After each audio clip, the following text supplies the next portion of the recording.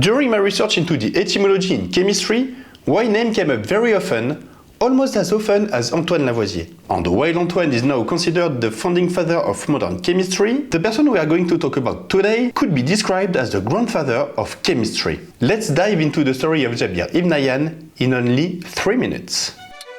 We don't know much about Jabir's life. In fact, we know so little that we don't even know for sure if he existed as a single person. The sources are quite contradictory. He is said to have lived in the 8th century, but his life was hardly described in any Arabic writings before the 10th century. He was a cosmologist, astronomer, astrologer, physician, pharmacist, zoologist, botanist, alchemist, philosopher. He wrote hundreds of books. One wonders whether he was one person or several people writing under the same name. Well, while his story was something of a legend, his science was very real. This was the height of alchemy era, when everything was believed to be composed of the 4 elements, and the main goal was to transmute metals, transforming them into gold, the only metal with a balanced nature. This is where Jabir comes in. He begins by introducing a central concept in holy thinking, the concept of the elixir. Paul Krauss gives a very eloquent definition in his memoirs, a book on which I relied heavily when writing this video. Just as a doctor cures a sick body by counterbalancing excessive humors with a drug of the opposite quality, so too does the alchemists use appropriate medicines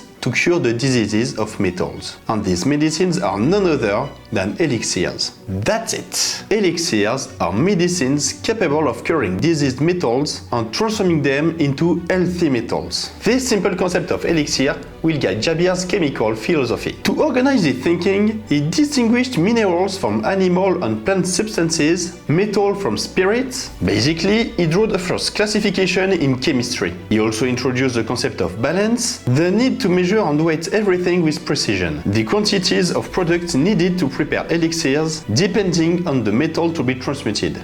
In other words, he understood the concept of chemical equilibrium. He also detailed all the reactions he carried out and described, in particular, the extraction of ammonium chloride from organic substances such as blood or plants. And that's pretty crazy. Until then, ammonium chloride had only been obtained from minerals. He did the same thing, but with plants and blood. What? You don't see how crazy it is? He proved that materials as different as a rock and the air are composed of similar elements. We are truly in the dawn of the idea that everything is made of atoms. In fact, that's exactly what Jabir did.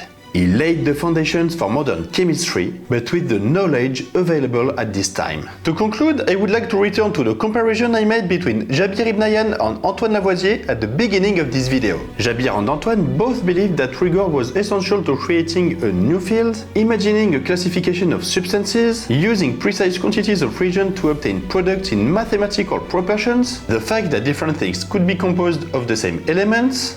In fact, if Antoine was the father of chemistry, Jabir was the father of alchemy. And stop!